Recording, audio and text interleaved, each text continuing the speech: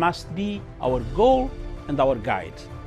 And all that we strive for as a human family, dignity and hope, progress and prosperity, depends on peace.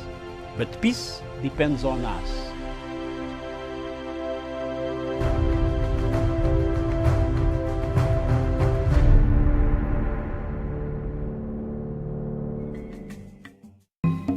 Fellow Africans, since 1957, when Ghana gained independence, there has been quite a lot of political, social, economic indicators on the African continent that show that Africa has progressed from pre-independence Africa to post-independence Africa. Africa finds itself with the first country, Ghana, having gained independence. We find ourselves still locked up, controlled, manipulated, instructed, logistically supplied, equipped by foreign powers that dictate our agenda. Africa is endowed with plenty of minerals, resources, good weather. The climate is so favorable for the growth of food enough to sustain us.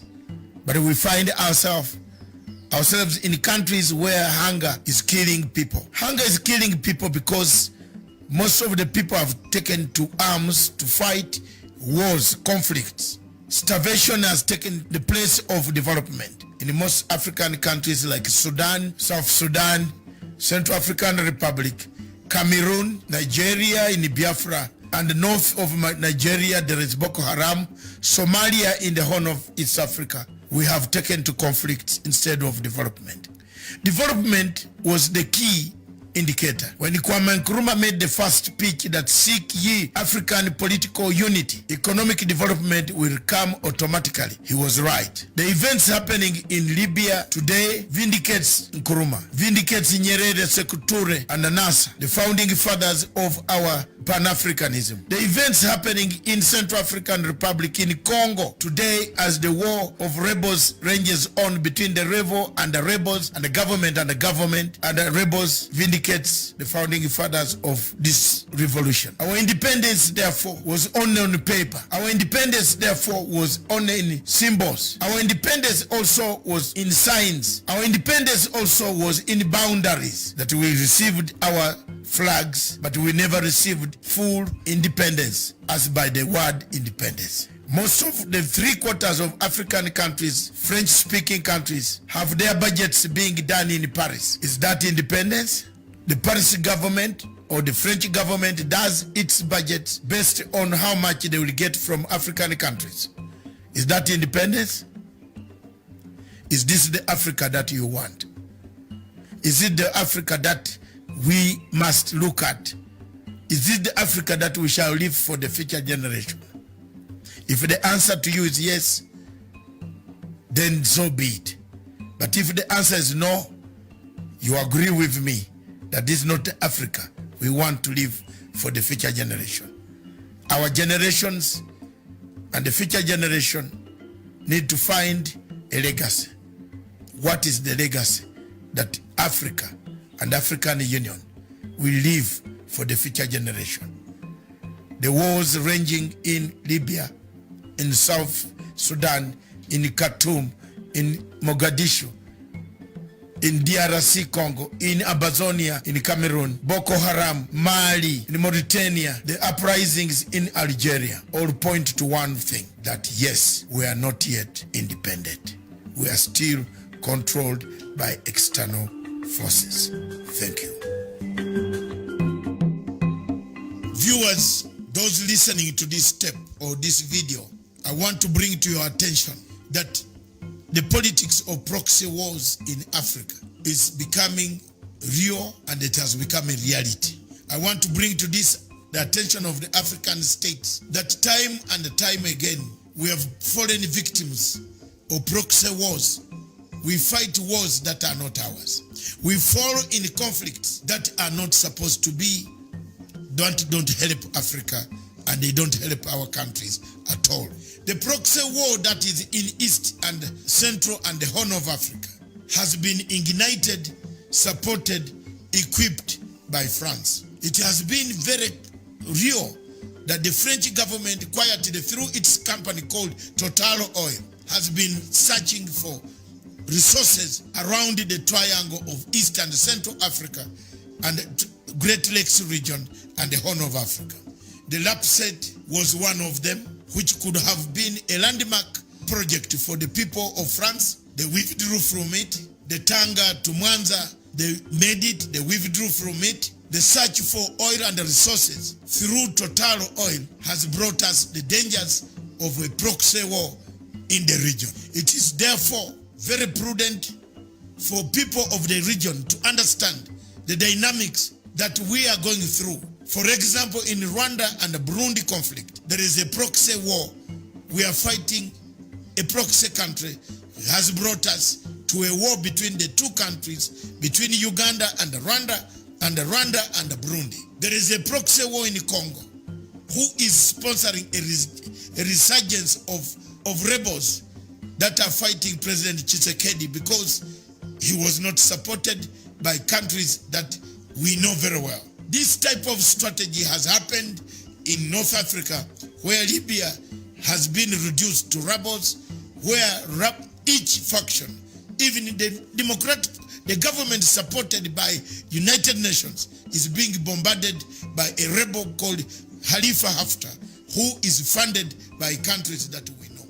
The question of Somalia and the Kenyan maritime presents a challenge, a test case for Africa and East Africa to stand firm and denounce the actions of countries that bring proxy wars and proxy politics in our region.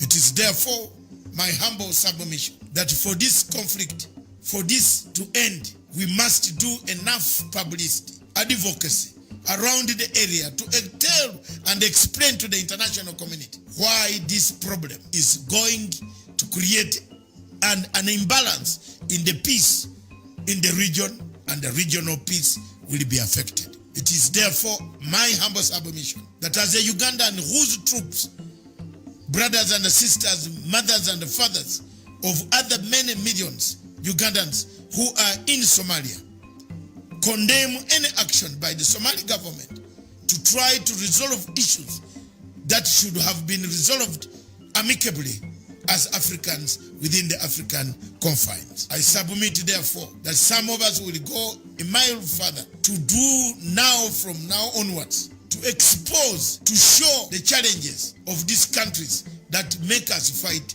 a proxy war in Africa. Thank you very much for listening. God bless you.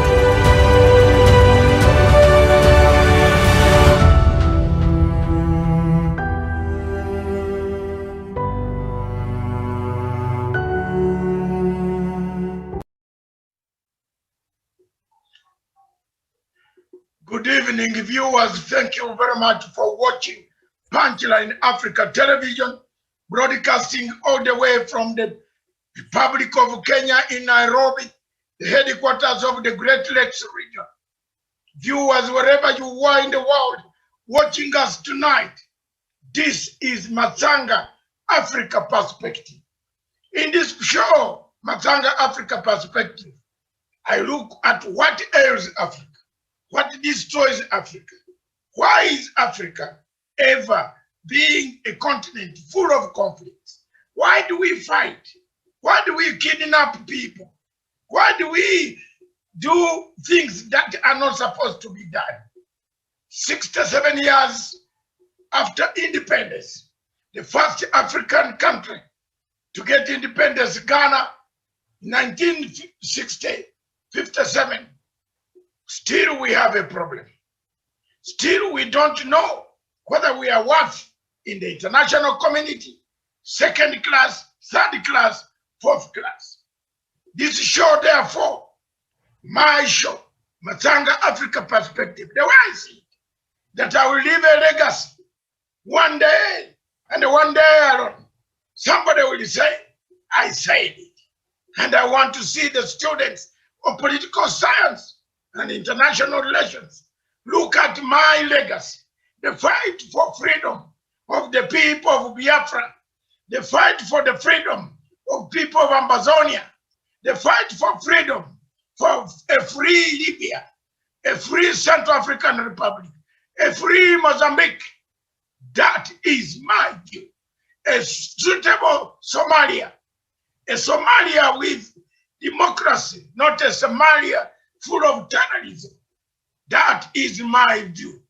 That is the vision of Pan-Africanism, the struggle for Sahara region, the removal of Boko Haram, the struggle to tell Buhari that there is something wrong in Africa, in Nigeria. Buhari has left his people to be slaughtered. Buhari has left these people to be butchered. Buhari has stood against all international obligations. Today, viewers, is Africa a continent qualified to have seats on the United Nations Security Council? Why are we used as a buffer zone? When they want peacekeeping troops, they come to Africa. When they want troops to go to Congo, they come to Kenya. When we want a share on the United Nations Security Council, they give it to themselves. Aha! My fellow Africans watching, why do we send diplomats in New York to do what? What do they do? What do they do? Does Africa qualify to be on the United Nations permanent basis Security Council? The viewers at the end of this show, I'd like to bring to your attention, do we have the qualities? What are the qualities needed? Do we have the population? Is the population worth it? Do we have democracy? Do we do our elections? The West tells us to do elections every 5 years. Every African country on the continent of Africa is busy running up, collecting money, borrowing money to do elections. Do we qualify to be on the United Nations Security Council table? Not non-member. None what? They call us a name. Tawish. They call us a name. They call us non-rotational. Hey, what? Do we qualify? After the collapse of the Berlin Wall, we thought we could qualify. The end of the Second World War, therefore, in 1945, brought about the existence of United Nations. What does United Nations mean to Africa? What has it done for Africa? Of course, there are very many things, including the slaughter of Patrice Lumumba, the first experience. I don't want you to forget that. The destruction of Patrice Lumumba, the plunder of Congo by Belgium under the auspices of the first United Nations Secretary General, who watched while Patrice Lumumba was being murdered. It is a shame 2 years ago that the Belgian government admitted that the remains of Patrice Lumumba were kept by them in Brussels. Surely, the people of Africa have cried and cried and cried just to bury their son, Patrice Lumumba, who left Congo in a quagmire state. Today, as you see, Congo has never resurrected, has never come back. Congo has become the plundering field of Africa, the sick child of the tropics of Africa. Does Africa qualify to be on the United Nations Security Council? Viewers, Tawish and the rest of the panel, Dr. Nyachama, Moshoni Matamai from Zimbabwe, Javani Karanja from Nanyoke, Saxon Vina from Harare, Shoni Wesonga from Nyandarua. What do we do when they come for us? Is Africa qualified to be on the United Nations Security Council? Are there people pushing Africa's agenda? How many people? How many ambassadors? How much money do we spend on ambassadors seated in the United Nations in New York, drinking brandy, whiskey, cognac, smoking cigarettes? Do we qualify to be on the United Nations Security Council? Students all over the world watching me. One of the people who taught me in London, Guildhall University, a friend of mine, Benazao Buto, the late who was assassinated by General Musharraf. She was a student and at the same time struck a teacher with me. We sat on the same desk. I've never forgotten what Benazir Buto stood for. She said, even if one day David and all of us perish, of course, she used to come with bodyguards in the campus because at that time the Pakistani government of General Perez Musharraf wanted to kill her. But I used to tell her, don't worry, as long as you sit near me, we shall escape because I'm also a former soldier. When she heard that I was a former soldier in my country, Uganda, she picked a confidence. She said, every time I come, she first of all sends her bodyguards in the classroom. I'm giving you this story in our lecture room to see whether I'm there. So we developed a method when we were studying. Mobile phones had just come. You know, I used to carry the biggest telephone with the 2 batteries. One of those Motorola. I worked hard in London washing plates and washing trains and bought that phone. I liked communication. So I got a phone. Then she used to send somebody up there. She used to say, go and see where the African Zulu king is up there. She nicknamed me the Zulu king. But I was not the Zulu king. If she is up there, then I'm coming to sit. So every time I go to the lecture room, I used to leave one chair next to me for Madame Benazir Buto, the late, to sit. May her soul rest in peace. But there's one thing she taught me. She taught me resilience. Resilience. You talk at the time, even if they kill you. She told me that even if they want to threaten you, intimidate you, try to assassinate you, as you see around Africa, ladies and gentlemen, around Africa, assassination attempts are beginning to occur on various people. 2 days ago, the president of Mali was attempted on. This morning, there was another attempt on the president of Madagascar. Does Africa therefore qualify to be on the Security Council? What are the merits and demerits of being on the Security Council then? How do we qualify? Do we have enough money? Yes. Do we have resources? Yes. But Benazura Bhutto told me, resources don't matter.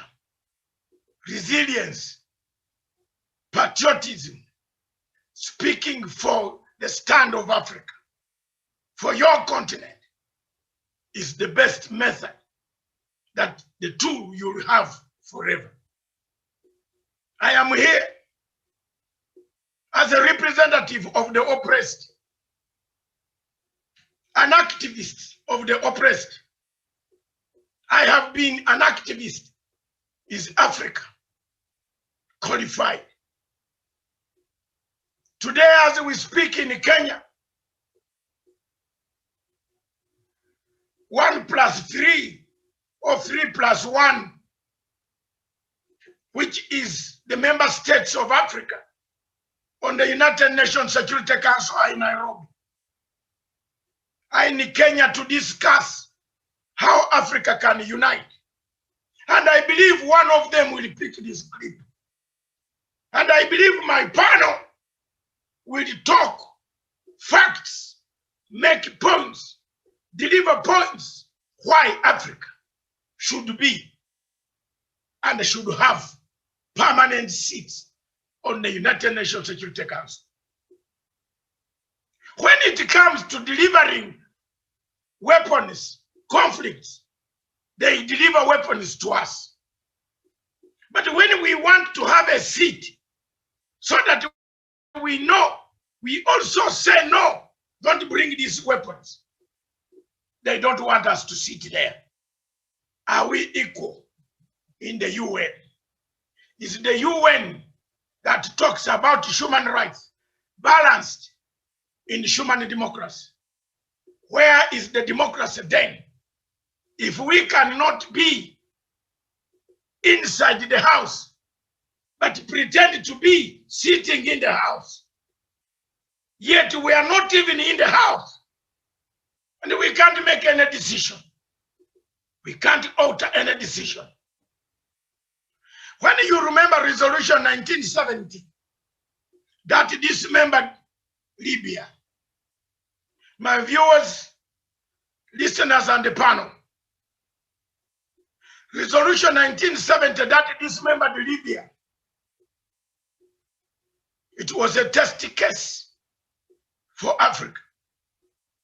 I want to thank the countries that did not vote to bomb Libya. Especially in Europe, I want to thank Germany.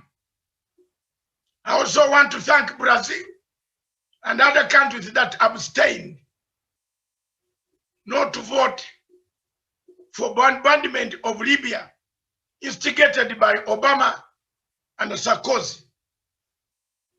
Today, Africa has forgotten that Muammar Gaddafi was telling us some of these things. Muammar Gaddafi is gone. Africa still struggles with the same problem that they have had. Is it that same problem that makes us, my panel, is it the same problem when you listen to your diplomats talking as if they're talking in their sitting rooms. Talking as if look, as if they are talking from their sitting room. Yet Africa is bleeding. How many countries in Africa? What does the Nigerian diplomat in the UN, what does he tell his fellow diplomats? Does he tell them Nigeria is safe? Does he tell them that Buhari is a very good president?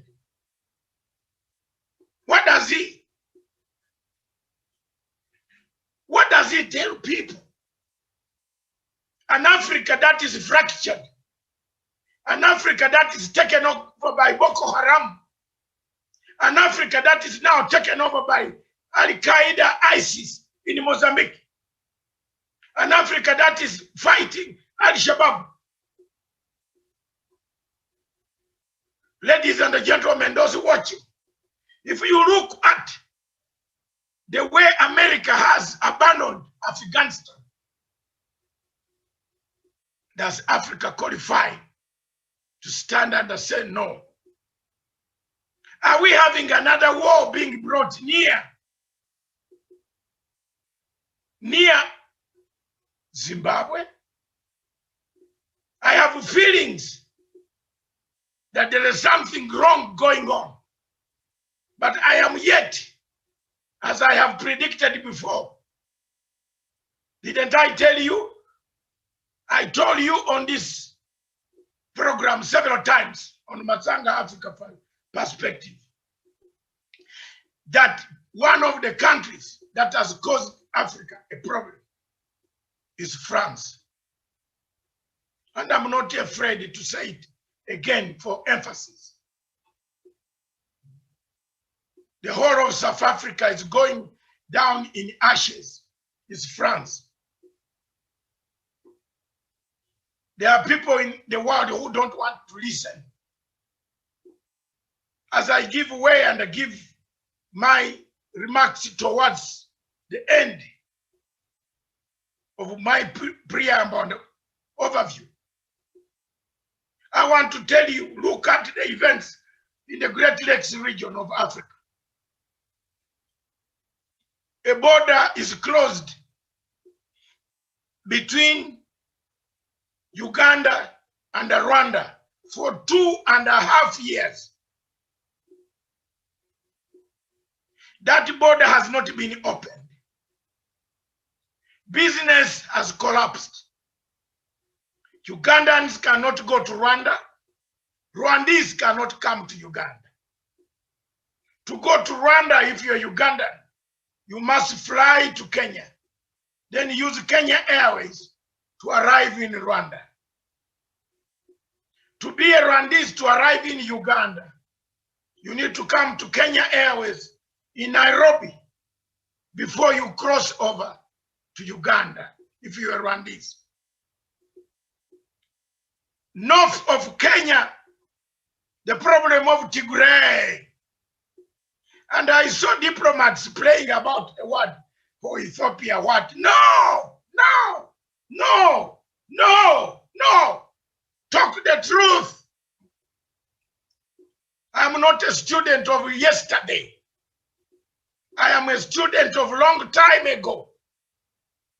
I did not study J.A. Ogundipe. I believe Tawishi will start smiling that I did not study Ogundipe. I studied J.A. Bright. My examination paper certificates don't have Uganda certificate of education. They have East African certificate of education. Allow me to tell those who pretend to have studied lately to tell lies that we are all right. We are not all right. You can have a lot of English, but you have nothing. At least for me, I say my heart.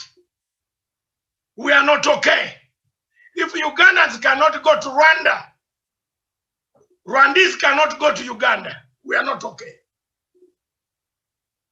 If Tigray goes down to genocide, and we refuse to condemn Eritrea for harboring terrorists who went, who have killed, who continue to come to kill us in Kenya and Uganda, we are not worth it. If we keep quiet about those who entered Tigray and committed genocide and pretend to be very good, playing what card, we are not all right. If we pretend that the issue of the Nile Dam, which is on the Ethiopian waters of Nile, is resolved and we are all right, then we must be going to mental hospitals across. Are we therefore qualified to be on the United Nations Security Council? Are there merits? Yes. On a better side, Africa, with a population of almost 1.2 to 1.3 billion people, if I'm not mistaken, a continent endowed with a lot of resources, whose resources are used, will be used by the metros of Europe, cannot be on a permanent basis, and it is put on non-rotational basis on the United Nations Security Council, then Emperor Nero must be celebrating in the grave. I know Joseph Nachama is a student and a teacher of Emperor Nero.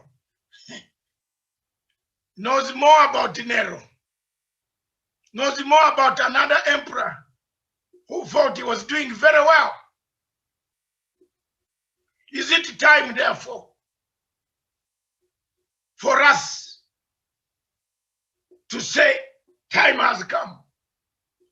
If we are not worth it, then we can as well come back and consolidate the African Union where we are worth it.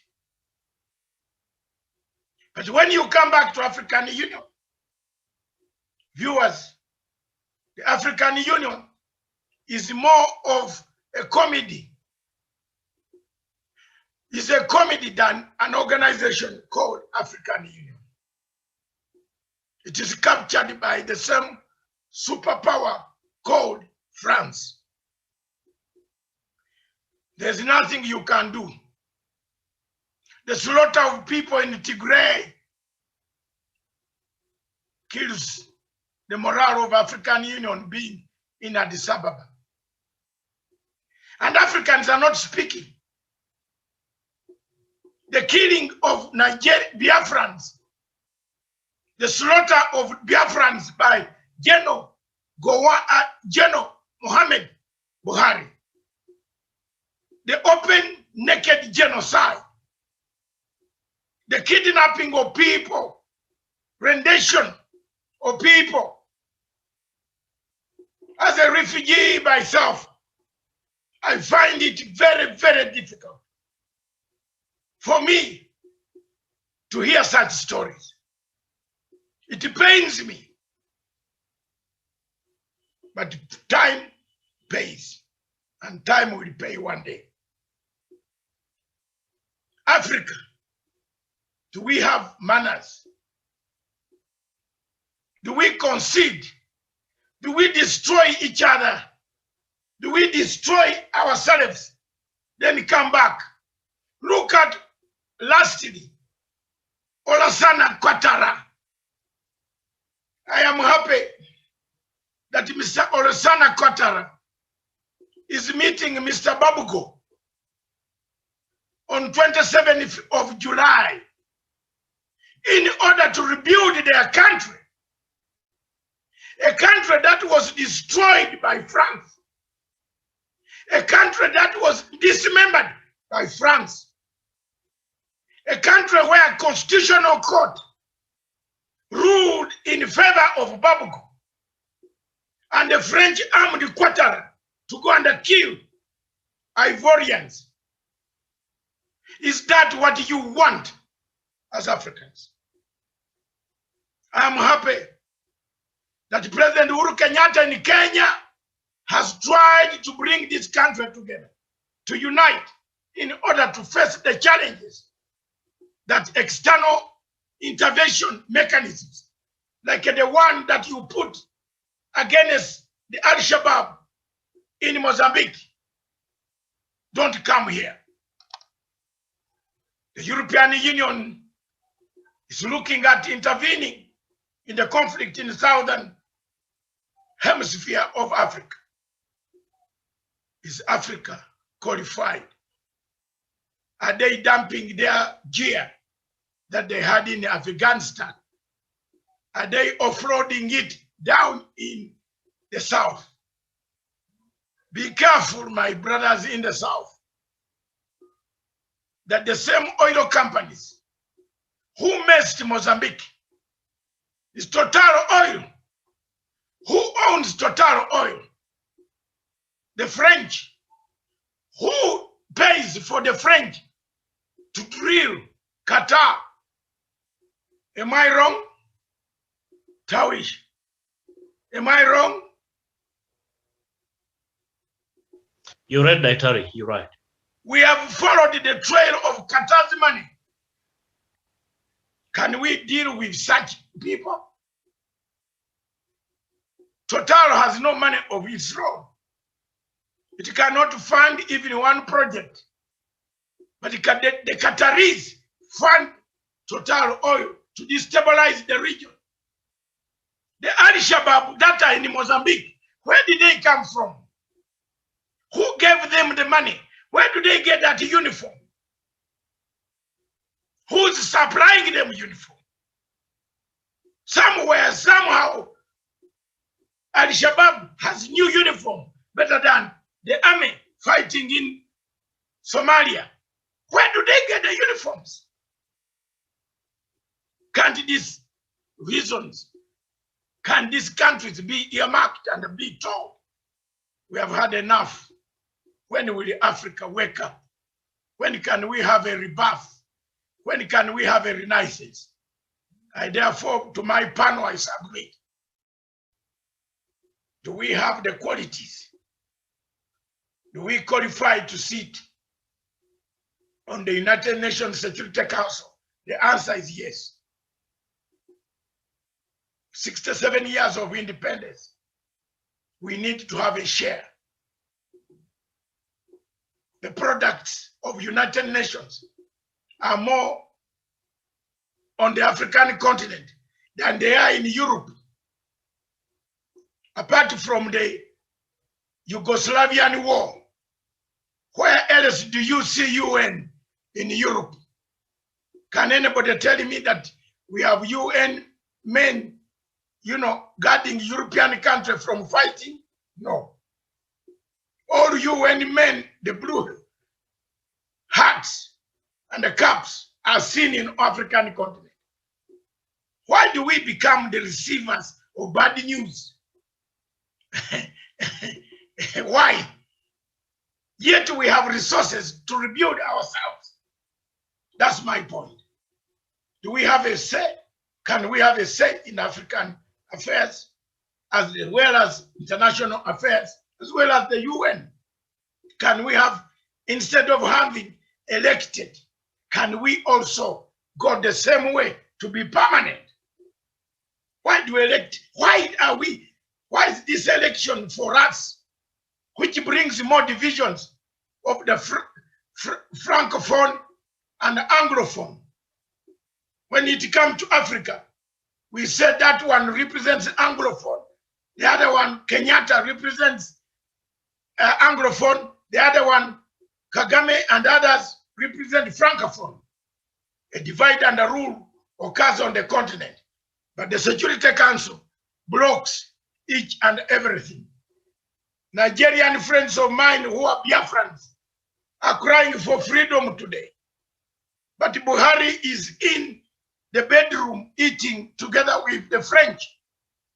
Nothing can reach the United Nations Security Council. Do we qualify to be on the table with the United Nations Security Council? Thank you very much. This is Matsanga Africa Perspective. That is the end of my lecture. I now open the discussion for the people, for the audience, for those chatting with us.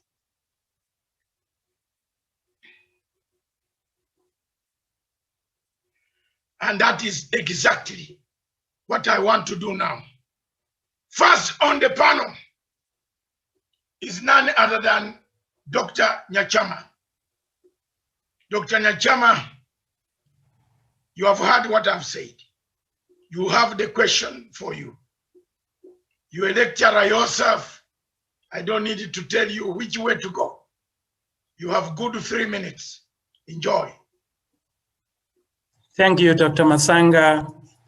Absolutely, those who are listening, this is Matsanga Africa Perspective. Dr. Matsanga, firstly, you have indeed touched my heart, and I hope many who were listening need to reflect on these matters very deeply so that we begin to reconstruct Africa. Allow me, Dr. Matsanga, and my fellow panelists, wherever you are, and the listeners, let me begin from the Christian perspective because I'm a Christian. I want to quote one verse, and it's Ecclesiastes 9, verse 14 to 17. Dr. Matsanga, I hope you are going to benefit from this immensely, and I hope Africans are going to relate to it. This verse, it clearly says, the voice of a poor man is not heard. His words are despised, even if his wisdom could save cities. Why have I said that? There is no question about it. Africa has a population. In fact, population of America, approximately 4 times, is what will be equivalent to Africa. But Africa has no vote in the United Nations. Why? That is why I said, as I quoted from the verse, that the voice of a poor man is not heard.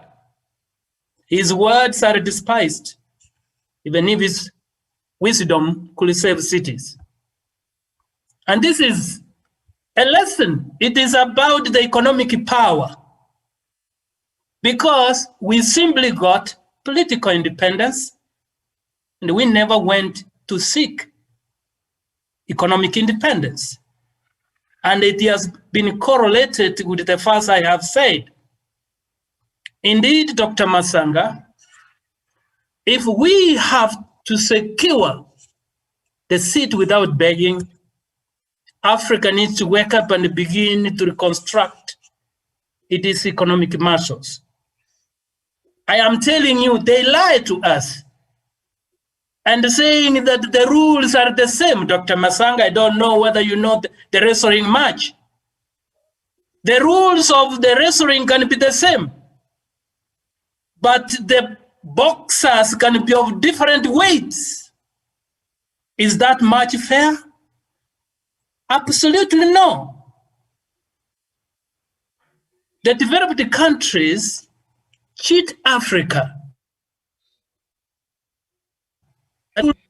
because they want to continue to impoverish Africa, so that if it fails to have the voice, and when it fails to have the voice, its words are despised.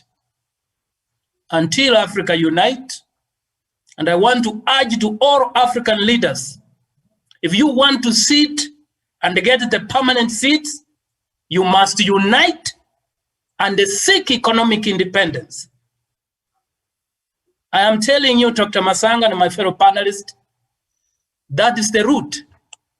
Unfortunately, Dr. Matsanga, Some of the African leaders are so egocentric, they think they are the entire picture. Let me tell them that if you think you are the entire picture, you will never see the bigger picture. And that is why they never see the bigger picture to start rebuilding their respective nations, to have economic muscle, to compete with other developed countries in the West. Dr. Matsanga, until that is done,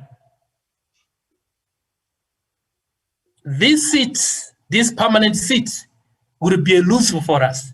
We have capacity, we have enough population.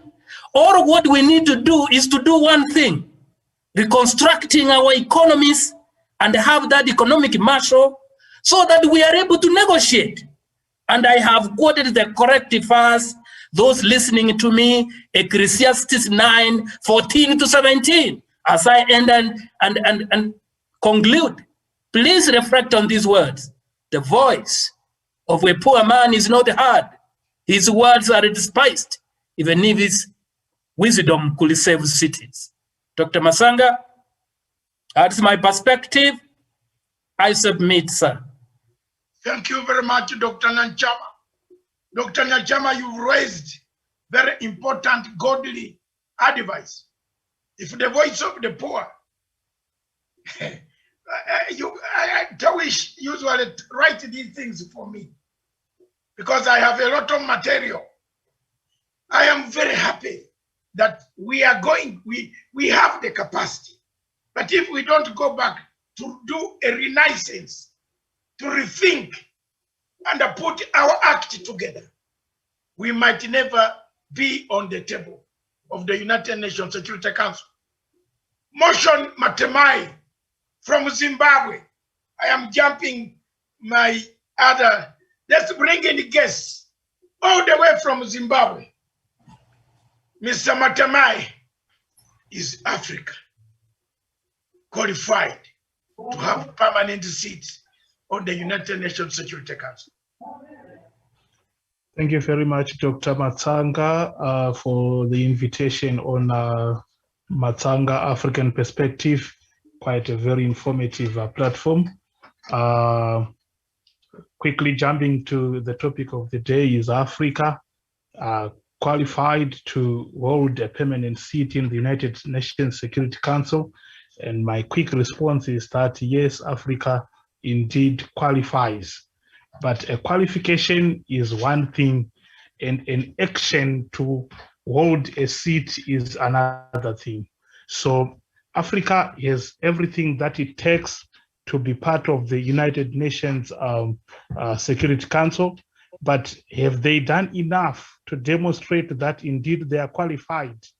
I am looking at who has been leading Africa in the past 2 decades or so. I have seen South Africa trying to be the big brother of Africa.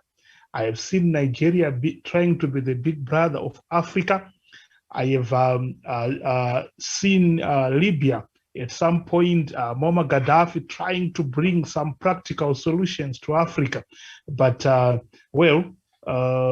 issue of Muammar Gaddafi could not be entertained by the Europeans, as Dr. Matsanga previously reiterated on.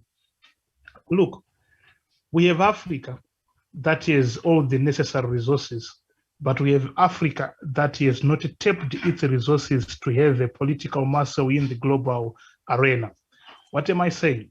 If you look at the current situation, Africa hosts about 16-17% of the global population, being the second biggest continent in terms of population in the world. But we have South Africa here, who has been trying to lead the African continent as the champion of democracy, as the champion of reality, as the champion of global politics. But what have they done? Who are these South Africans? What did we witness from South Africa in the couple days that have gone past? We move on to Nigeria and West Africa, one other country that has been attempting to be the big brother of Africa, to try to champion the cause of Africa. What is going on in Nigeria right now? Where is President Buhari? Is he doing the correct things for his nation to the extent that he can do the correct things for the whole of Africa? We can all tell the devastating approach of the Boko Haram in Nigeria. We have seen how South Africa was banning over a mere constitutional issue that could have been dealt with by the Presidium without creating calamities that saw the death of over 100 people in South Africa. So those are the two nations that have taken the baton stick to try and demonstrate African leadership. But what have they done at the United Nations Security Council? Is that African? Can that help Africa? I have not seen enough effort from those two nations. I have not seen enough effort from South Africa. What I have seen, what I only remember about South Africa is their hand in the demise of Mama Gaddafi. Which is very much regrettable. What I've seen in Nigeria is an attempt to protect Boko Haram, which has destroyed people in Nigeria. So what do? We have the capacity, the economic base, but the challenge is we have not taken the necessary action as Africa. We have not put the right leadership in terms of continental leadership, not statesmen, but rather the nations that should be leading us are not leading us. What have they done? Which other nation has remembered to empower its own people? Which other nation has remembered to challenge the Europeans in order for them to remember that Africans are a necessity in this world? We don't have that leadership. We don't have that power. We don't have that African voice to ensure that our relevance in the United Nations is respected. We have a people who are dining with those who are talking to us as poor. I'm glad Dr. Joseph talked about us being poor. We have accepted the tag of being a poor continent, when in reality we are the richest continent who simply need to, one, accept that we are rich, two, take our resources into tap our resources into a political muscle in the global arena. Let's tell them, guys, you cannot come here with France, you cannot come here and take our oil and use your Total to destroy our unit. You cannot do that. England, you cannot do that. Mr. Matamai. Thank you. Matamai, no, hold on. I have a question for you. I will respond. Near your border in Mozambique, yes, there is a conflict. Yes. That threatens the entire Southern African region. True. A few miles away in DRC Congo. Yes. Few years ago in 1998. Yes. In 1990s, in 2000, Zimbabwe decided to send troops into DRC Congo. Yes. Stop the marauding army of Uganda and Rwanda from partitioning Congo. Yes. Today we have European Union masquerading to be training African troops in Mozambique. We as students of international and the lecturers of international relations, yes, we see a very well organized international conspiracy. True. Being manufactured around the area of Cape Delgado. Yes. Where did the terrorists come from? Whose interests are these terrorists for? Who planted them there? Right. Total oil. And you have not been honest, people, Africans. One of the things that kills us is we Africans don't speak our minds out. Mm-hmm. We intend to keep quiet and then we say, I knew it. I knew this. But people are not speaking out now. Where did the Total oil come to arrive in Cape Delgado? How did the Total oil arrive there? Can President Nyusi explain to us Africans how long has he known? What role has he played in Total Oil and an American companies that have now come to replace Total Oil, which is bringing us a war in Mozambique? Are you aware as Zimbabweans that this is not a Mozambican war? Slowly, the Americans have withdrawn from Afghanistan. They are not going to sit back home. Neither will they sit back on the seas of Pacific Ocean, Atlantic Ocean, Indian Ocean. Over 200,000 men seated there. They will want action. Are we bringing a war closer to us again? Is this war meant for Mozambique, for Tanzania, for Zimbabwe, or is it meant for who? I just want you to explain in 1 minute. Thank you very much. I will take a minute to make a submission on that one specifically. You see, the movement of the terrorists into Cabo Delgado in Mozambique, which have devastated the whole Southern African region, is a very big question that is trained up and stressed up governments around the region and the continent at large. You see, where we have a problem in this scenario is that we have a president in Mozambique who dined and wined with the French. And this is the beginning of the problem.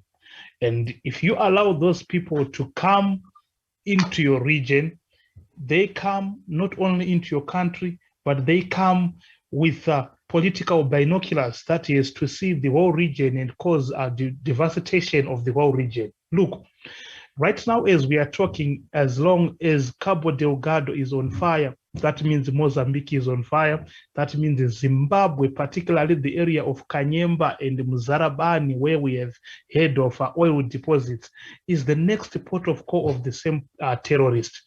It therefore becomes incumbent upon the African Union and SADC, the United Nations, to ensure that there is no intervention from external powers, particularly intercontinental intervention. Rather, this should be a SADC problem, an African baby, which must be dealt with in due course, and ensure that Total and the intervening American companies that needs to make a step into the borders of Zimbabwe, the borders of South Africa, are dealt with unequivocally and straightforward within the limited time that is there.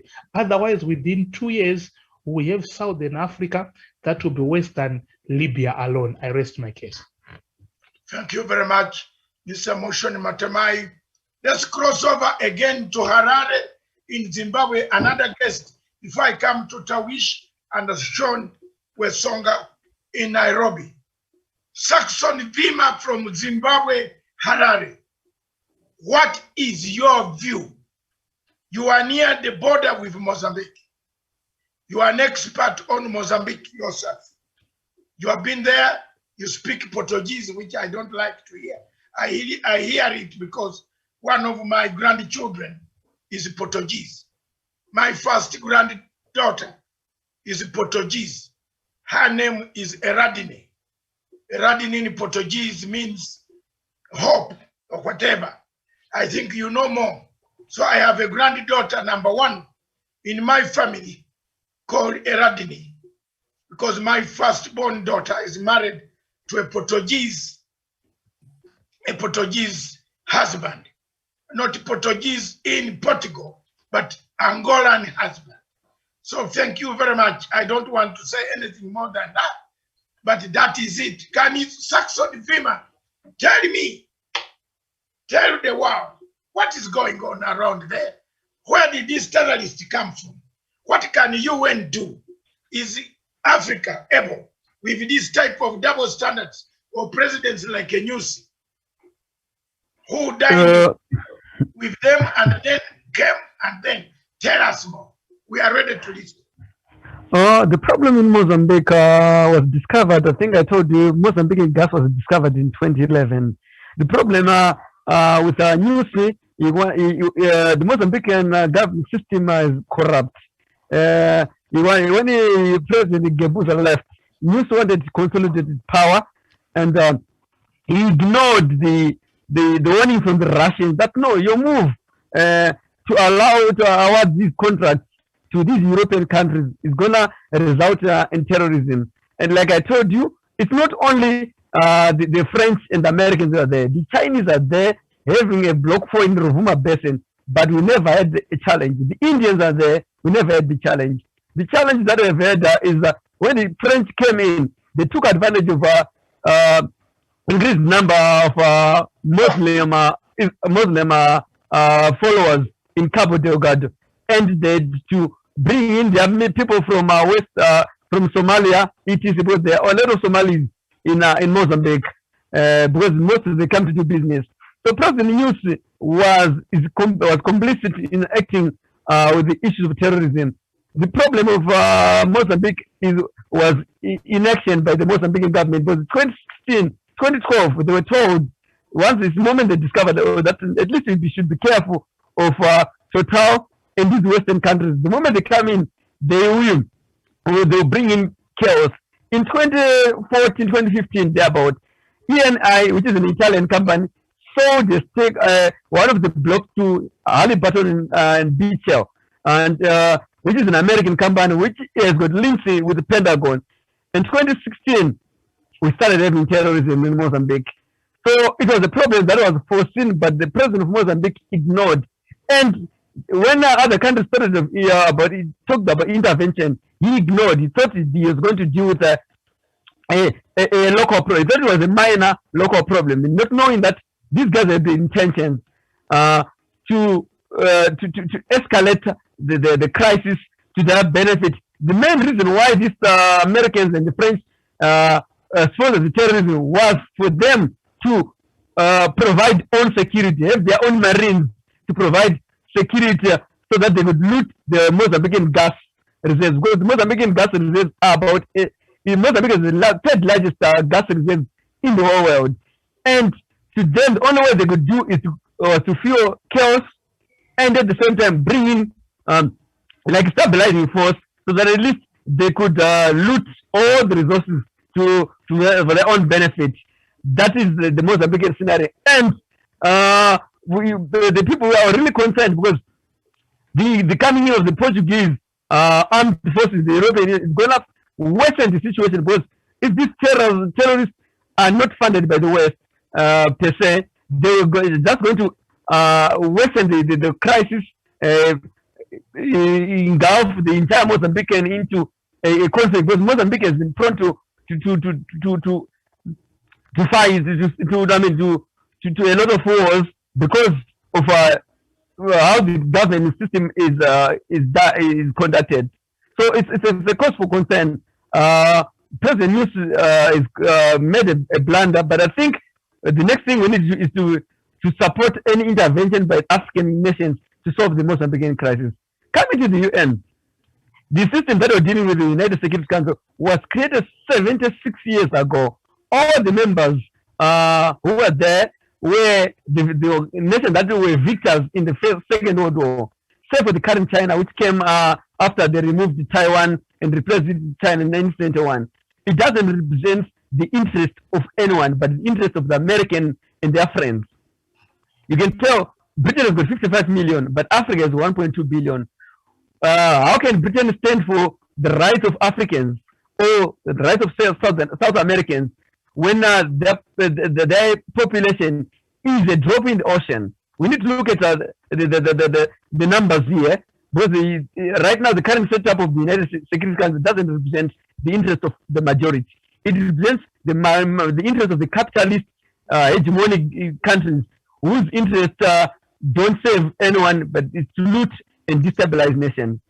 Africa needs to have true pan-Africanists to be accorded that seat, but they don't get it on a silver platter. They have to fight for it.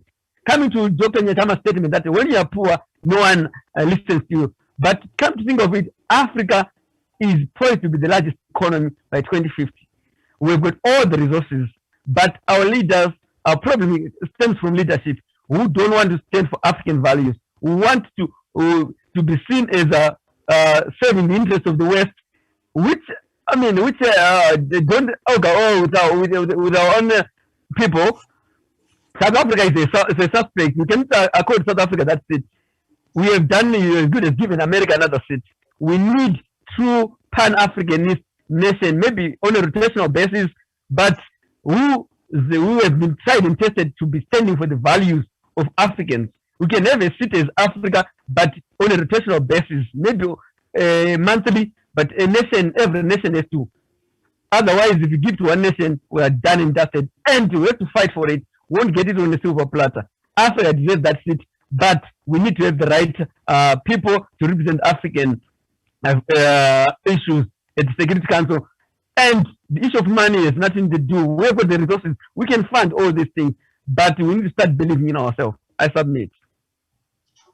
Thank you very much, Saxon Vima. You have raised a very important point, which I think Doctor will respond later on. One of the points that you have raised is Africa really poor, or Africa is corrupt? Are we poor? Is this continent poor? Or we have very bad people? We have bad leadership.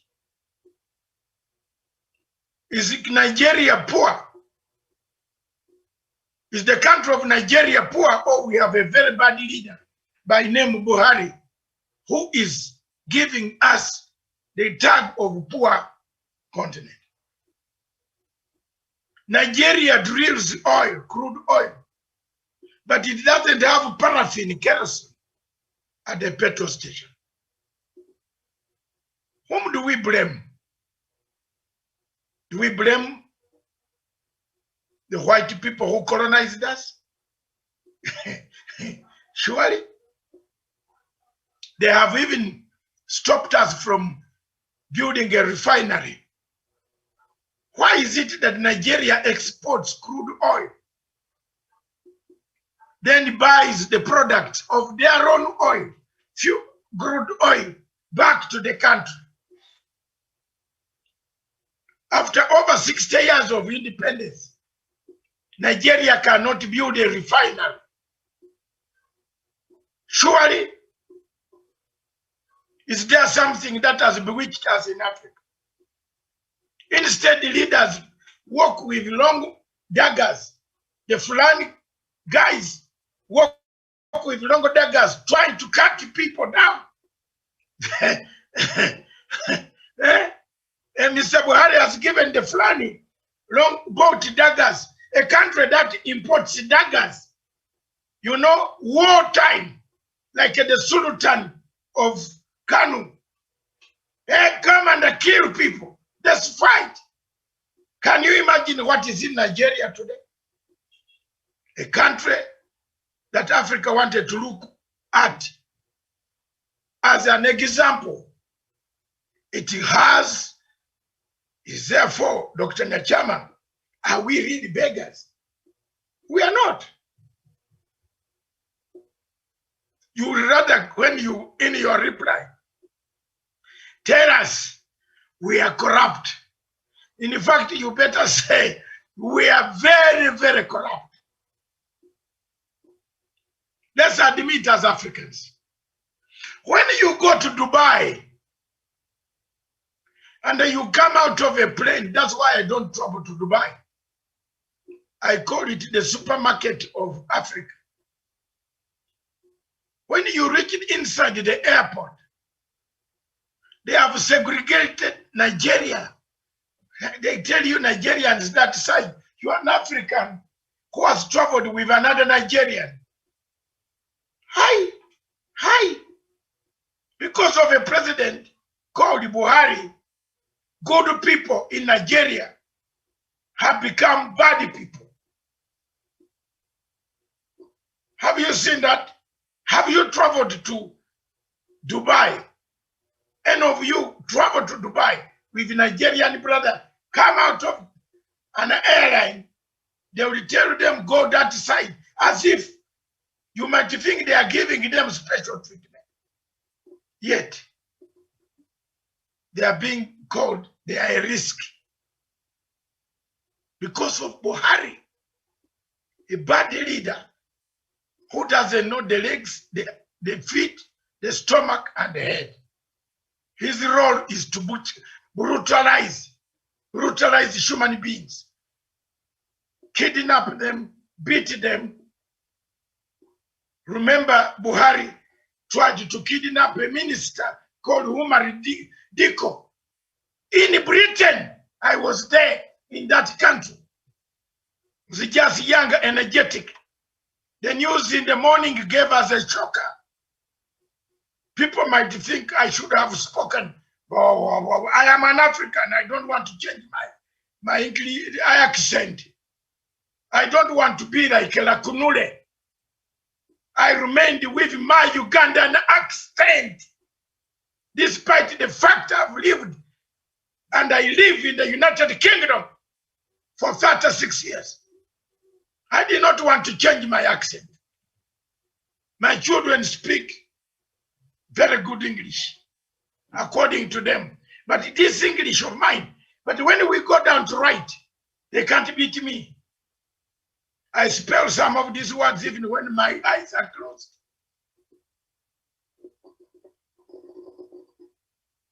This guy started kidnapping people long time ago. Is this Africa we want? Tawish or Sasana. Is it bad government? Is it, are we beggars? Because Dr. Nyachama has set the pace. Beggars have not. This is a very interesting phrase. This afternoon, Dr. Nyachama. Are we really beggars? Or we are corrupt? We are corrupt. Oh, thank you. Thank you so much. Thank you so much, Dr. David Matsanga, my colleague panelist, from wherever you join in this program, and of course, everyone who is watching this program tonight. Dr. Matsanga, this is a very candid topic and discussion we are having this evening or this night. Of course, looking onto the African continent and issues that continue